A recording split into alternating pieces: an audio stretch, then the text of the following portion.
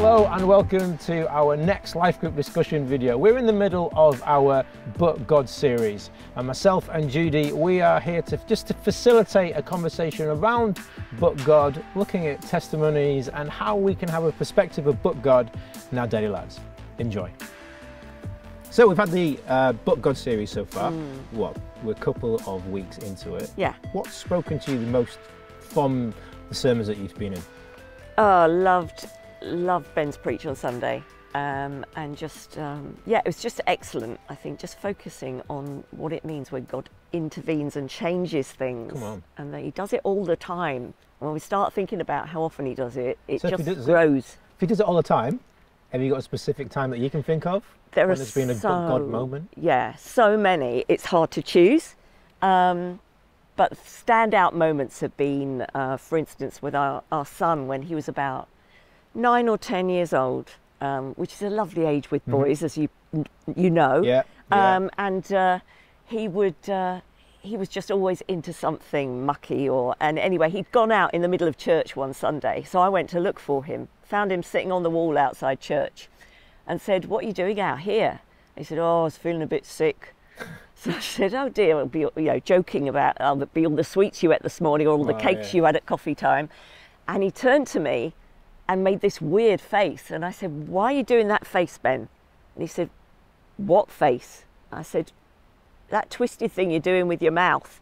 And he said, "I'm not." Wow. And it just went through me like a cold shock, like there's something really wrong here.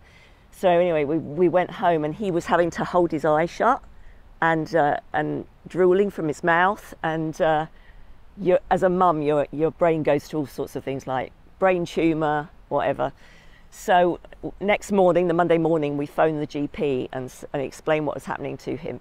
And they said, "Bring him in now," which is never what you want to hear. You want to hear, "Oh, he'll be fine, just give him a couple of days and he'll be better." They said, "Bring him in now." And the doctor said, "Well, from what I can see, I think it's Bell's palsy." Wow. And I'd only ever heard of older people having that. And he said, "Yeah, you're right. There's probably at the moment only 8 cases internationally of children under the age of 10.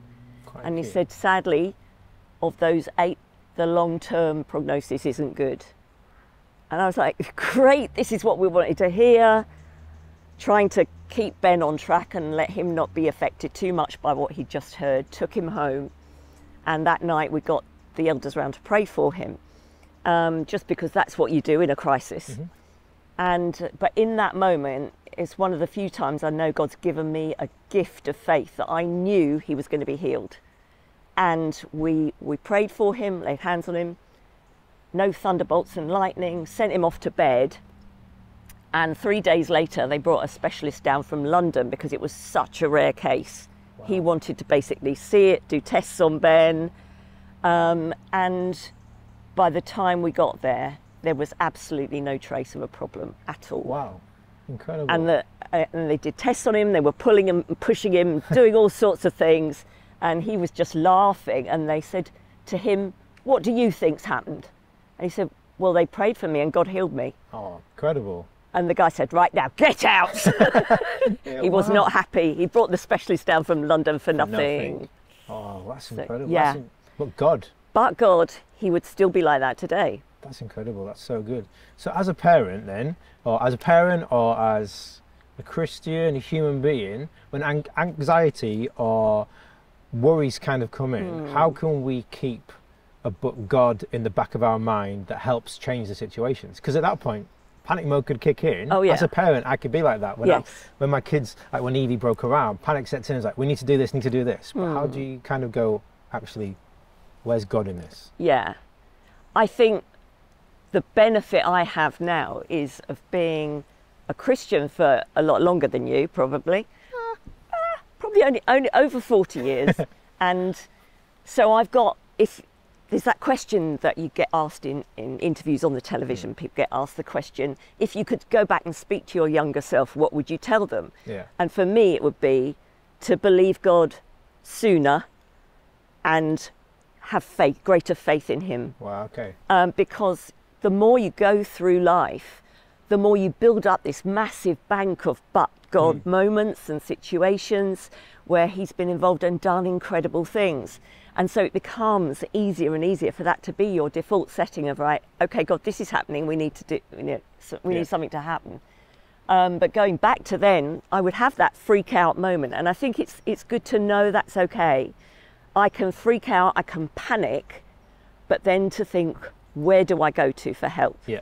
I can't fix this situation, but I know somebody who can. No, yeah, so true. Yeah, I'm the same. When those kind of, whether it's anxious thoughts or panic sets in me wants to go, crikey, fight or flight. Yeah. And then just stopping for a moment and allowing, okay, but God has got this. Yes. But God's in control. Just allowing the logic and the faith to get past the emotions and the fear. Yeah. Just really kind of just helps me so much, especially in different situations, whether it's through health, sickness, finance, worry. Just stop. Yeah. And think, but God.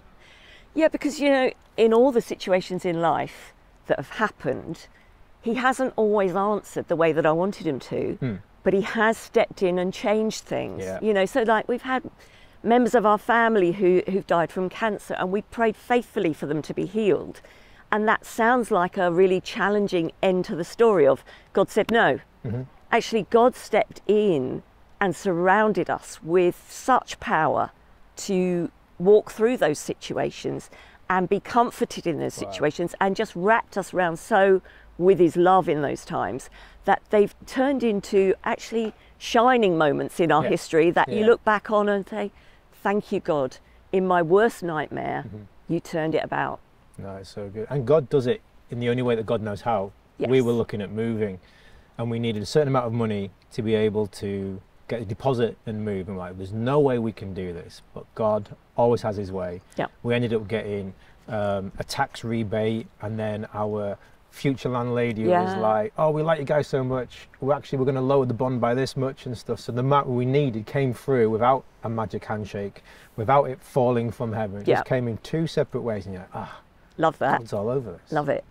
So in Psalms and different Psalms, and Pastor Ben spoke on Psalm 13, and it mentions, especially in Psalms, it's very much like, people are against me, where is God? I'm worried, I'm abandoned, I'm fearful.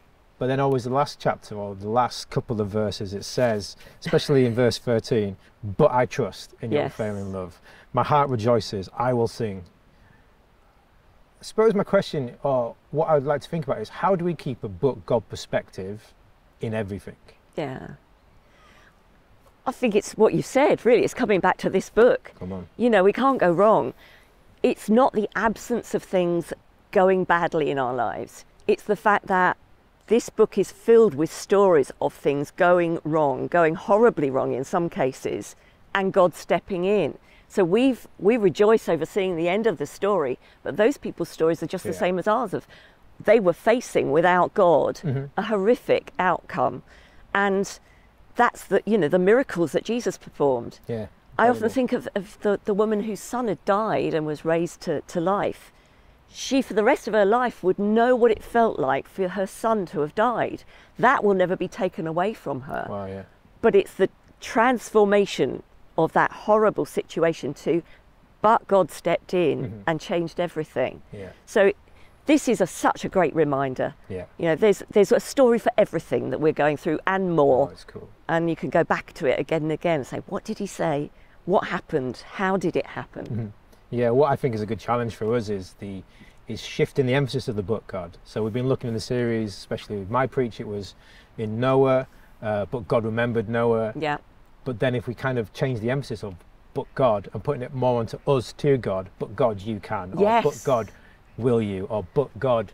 And something I was reminded the other day was building our case before God when it comes to prayers. Like, God, you healed this person in the Bible, you did this in someone's life, now will you do it for me? Yeah. And that's that but God moment of, but Absolutely. God, come into my life now. And that's building faith again, isn't it? Which we hope is what this series is all about, is to build trust, build faith in people's lives. Definitely. And so thanks for the conversation. I didn't know that testimony about Ben. That's incredible. And that's now going to build my case when it comes to God and faith and stuff. But thanks for sharing it. Yeah, it's Brilliant. great. I love sharing stories. Yeah, so good. Well, thanks so much.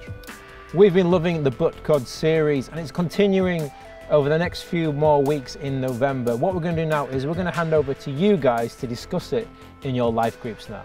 So until next time, see you later.